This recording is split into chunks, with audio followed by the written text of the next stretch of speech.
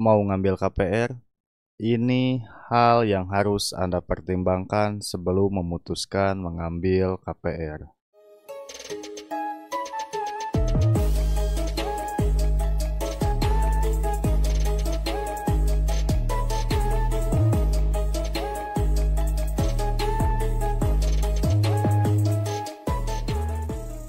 Hai semuanya, selamat datang di channel YouTube Vector Studio, tempat kita membahas segala hal tentang keuangan, investasi, dan tips penting seputar bisnis di dunia online.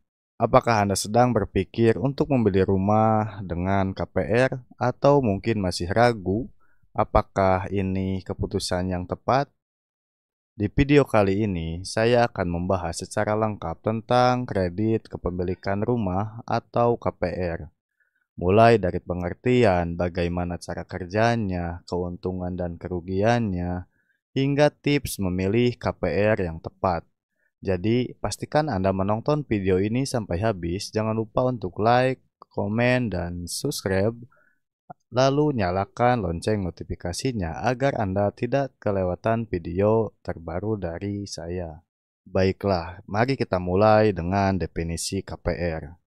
Kredit kepemilikan rumah atau kredit pemilikan rumah, biasa disingkat KPR, adalah pinjaman yang diberikan oleh bank untuk membantu Anda membeli rumah.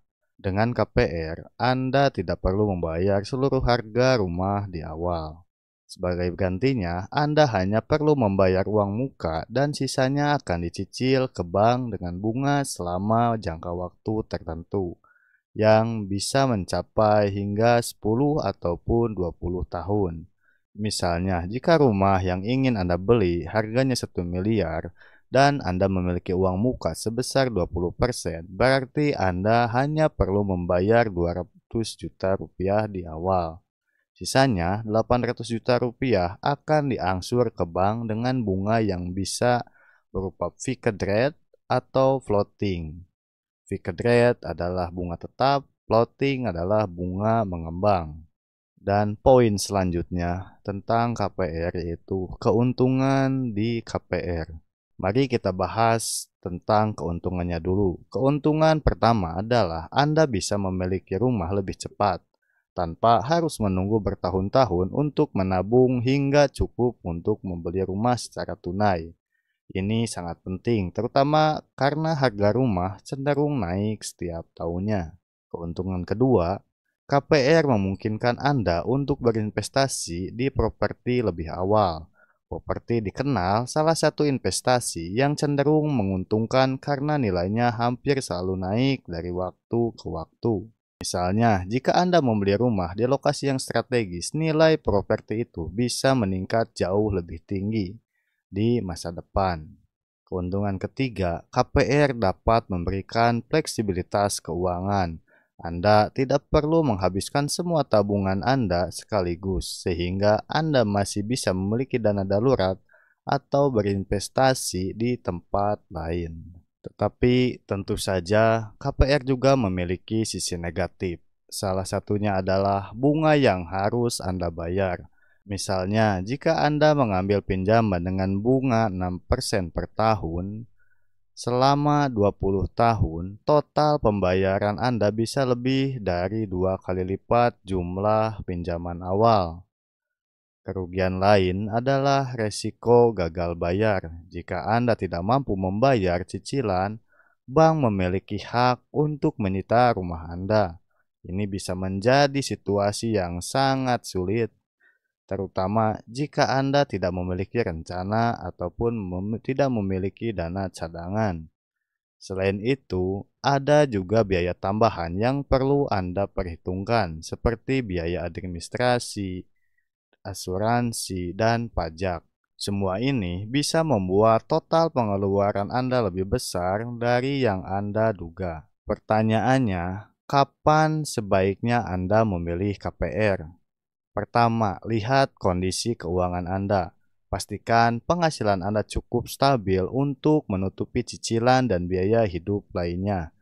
Aturan umum yang sering digunakan adalah total cicilan tidak boleh melebihi 30-40% dari penghasilan bulanan Anda. Yang kedua, pikirkan tujuan jangka panjang Anda. Jika Anda berencana menetap di lokasi tersebut selama bertahun-tahun, KPR bisa menjadi pilihan yang baik. Namun, jika Anda masih ingin berpindah-pindah, mungkin lebih bijak untuk menyewa saja.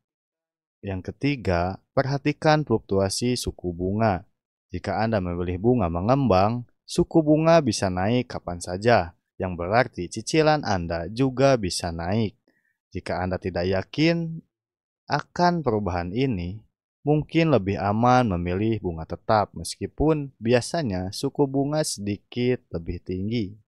Tips memilih KPR yang tepat.